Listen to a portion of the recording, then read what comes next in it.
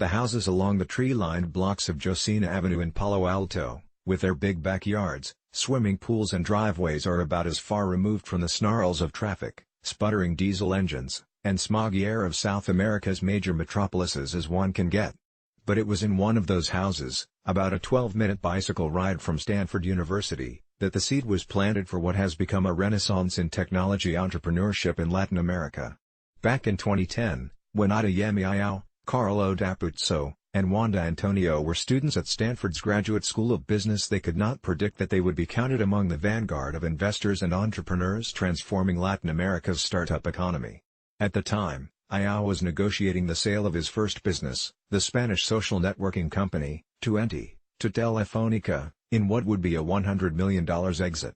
Carlo D'Apuzzo was in Palo Alto taking a break from his job at Menashes, which at that time was a small, early-stage investment fund based in Brazil focused on investing in Latin America. Wanda Antonio had left a job as a consultant at BCG to attend Stanford's business school on a Fulbright scholarship. In just 2 years, Ayao would be a founding investor into Antonio's ride-hailing business, Cabify, focused on Latin America and Europe, and D'Apuzzo would be seeding the ride-hailing service 99 Taxis. Today, Cabify is worth over $1 billion and has focused its business primarily on Latin America, while 99 was sold to the Chinese ride-hailing company Didi for $1 billion, making it one of the largest deals in Latin America's young startup history. The three men are now at the center of a vast web of startups whose intersection can, in many cases, be traced back to the house on Josena Avenue where D'Apuzzo and Antonio lived and where Ayao spent much of his free time. It's the same dynamics as the PayPal mafia, says Ayao. The new unicorn batches which started in Colombia, Mexico, and Brazil.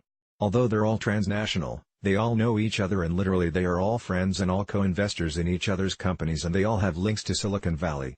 And, more importantly, to Stanford. Carlo D'Apuzzo, Adeyemi Ayao, and Wanda Antonio at Stanford University stalled economic engines. If Ayao's enthusiasm sounds familiar, that's because it is. There was another wave of interest in Latin America that started surging nearly a decade ago, but crashed nearly 5 years into what was supposed to be the time of the region's explosive growth in the global scene.